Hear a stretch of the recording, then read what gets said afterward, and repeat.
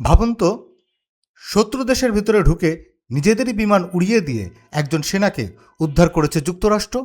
কেন এমন সিদ্ধান্ত? কি ঘটেছিল সেই রাতে? We're going to bring them back. মধ্যপ্রাচ্যের উত্তেজনার মধ্যেই ইরানের অভ্যন্তরে চালানো হলো যুক্তরাষ্ট্রের এক দুঃসাহসিক গোপন অভিযান। ভূপাতিত যুদ্ধবিমানের নিখোঁজ ক্রুকে উদ্ধার করতে গিয়ে নিজেদেরই দুটি উড়োজাহাজ ধ্বংস করে মার্কিন বাহিনী। কি ঘটেছিল সেই রাতে? কেন নিজেদের বিমান ধ্বংস করতে হলো? এই ভিডিওতে জানুন পুরো ঘটনার বিশ্লেষণ। সবকিছু শুরু যখন ইরান দাবি করে তারা ভূপাতিত করেছে মার্কিন F-15E স্ট্রাইক ঈগল যুদ্ধবিমান। 2 ক্রু ইজেক্ট করলেও একজন নিখোঁজ হয়ে যায় ইরানের মাটিতে। এরপর শুরু হয় এক রেস এগেইনস্ট টাইম। একদিকে ইরানি বাহিনী, অন্যদিকে যুক্তরাষ্ট্রের United state special operations force. টানা 2 দিন ধরে চলে খোঁজ।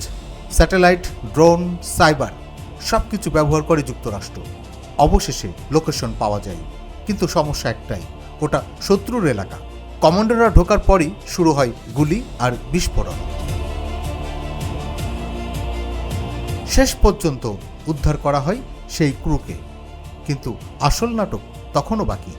ফেরার পথে 2টি মার্কিন বিমান আটকে পড়ে, ধরা পড়ার ঝুঁকি। তখনই নেওয়া হয় চরম সিদ্ধান্ত, নিজেদের বিমান নিজেরাই উড়িয়ে দেয় যুক্তরাষ্ট্র। এই অভিযানের প্রশংসা করে ডোনাল্ড ট্রাম্প একে বলেছেন ইতিহাসের অন্যতম দুঃসাহসিক mission.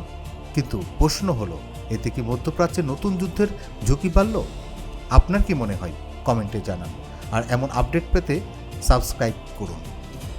Desk report, infinity Bangla.